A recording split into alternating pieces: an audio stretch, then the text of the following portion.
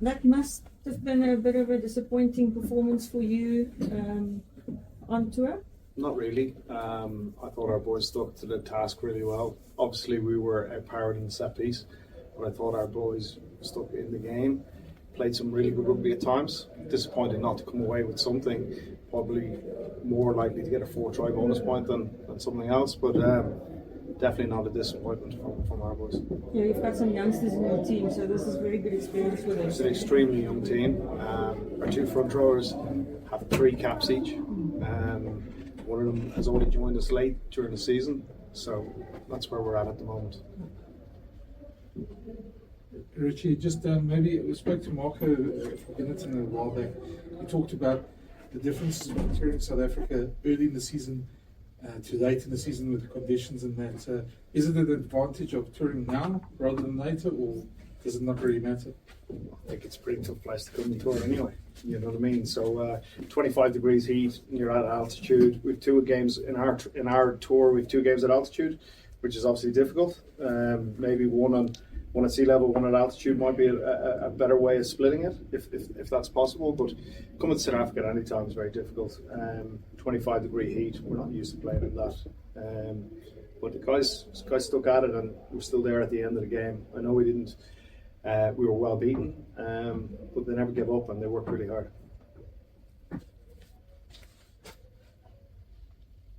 Anyone else?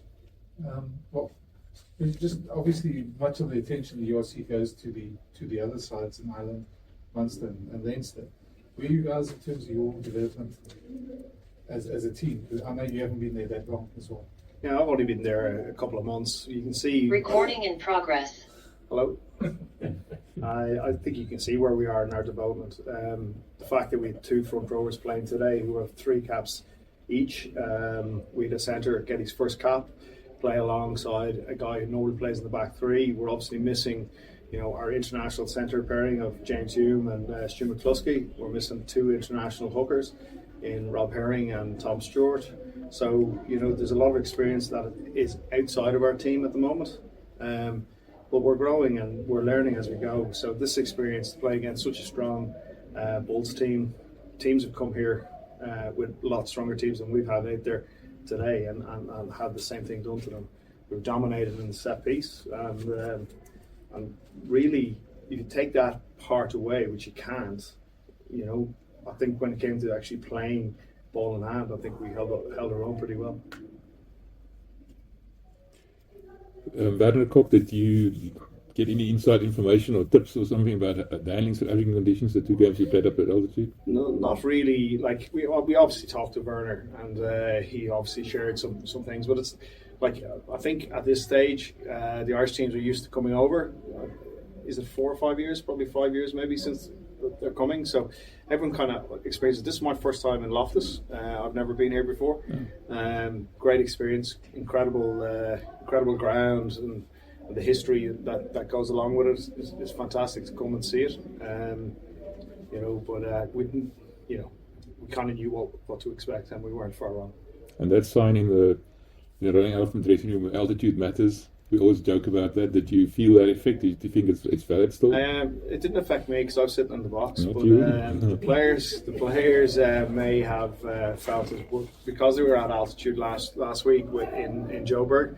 I think players probably felt a little bit more comfortable because they know what it's like when you come back. But 2 games at altitude in a league tour is quite difficult. Yeah. And just one more thing, the